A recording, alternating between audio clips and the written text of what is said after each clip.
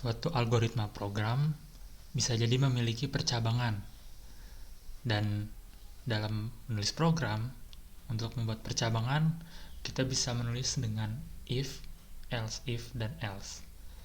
Dalam Python sintaksnya adalah if, else if, dan else.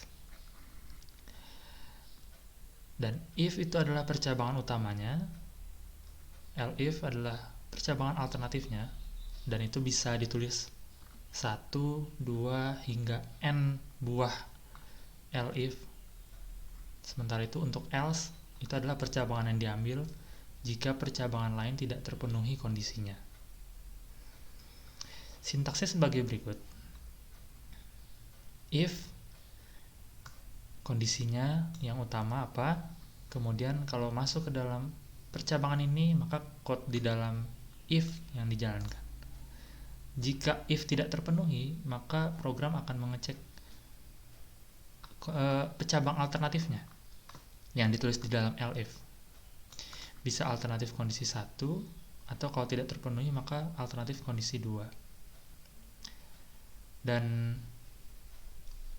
di dalam percabangan ini kita juga bisa menulis percabangan lagi. Misalnya kalau kita masuk ke else if pada alternatif kondisi 1, kita bisa buat percabangan lagi dengan if dengan main condition di dalam alternatif kondisi 1, dan atau alternatif kondisi 1 pada alternatif ini. Jika tidak perlu ada percabangan lagi ya tidak usah ditulis gitu. Seperti yang ada di dalam percabangan ini.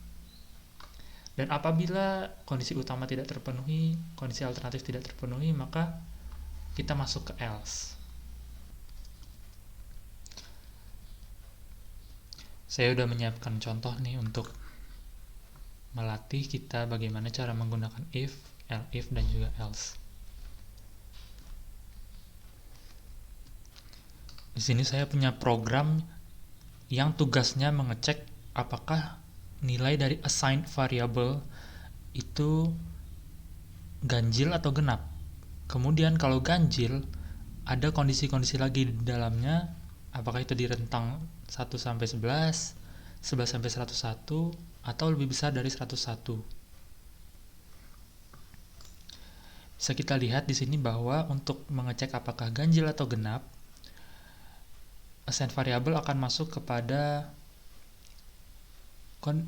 percabangan yang pertama, yaitu mengecek apakah jika nilai assigned variable modulus 2 tidak sama dengan 0, artinya ada sisanya antara assigned variable dibagi 2, maka itu kan ganjil.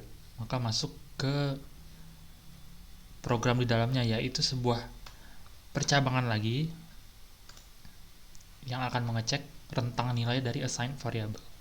Tapi jika tidak masuk kepada percabangan yang utama, maka langsung ke percabangan yang terakhir, yang mana menyatakan bahwa nilai dari assigned variable adalah genap.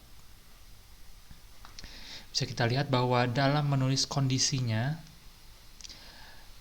if kondisi yang akan menghasilkan true atau false.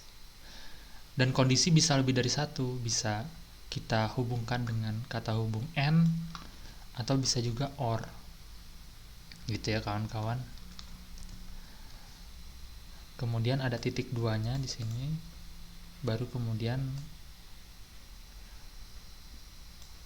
kode yang ingin dijalankan jika masuk ke dalam percabangan tersebut.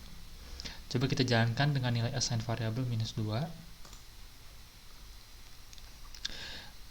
Variabel -2 adalah even number, berarti sebuah bilangan genap gitu ya. Coba kita pasang nilainya 1.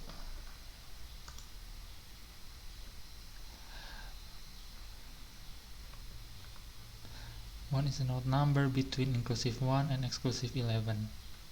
Sini maksudnya 1 ya.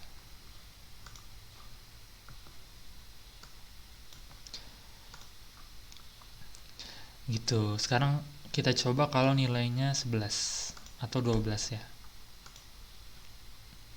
12 adalah even number. 13 is an odd number between inclusive 11 and exclusive 101. Sekarang kita coba kalau nilainya 99 ya. Variable 99 is an odd number between inclusive 11 and exclusive 101. Kemudian kalau lebih besar daripada 101, misal 103, seharusnya dia masuk ke else.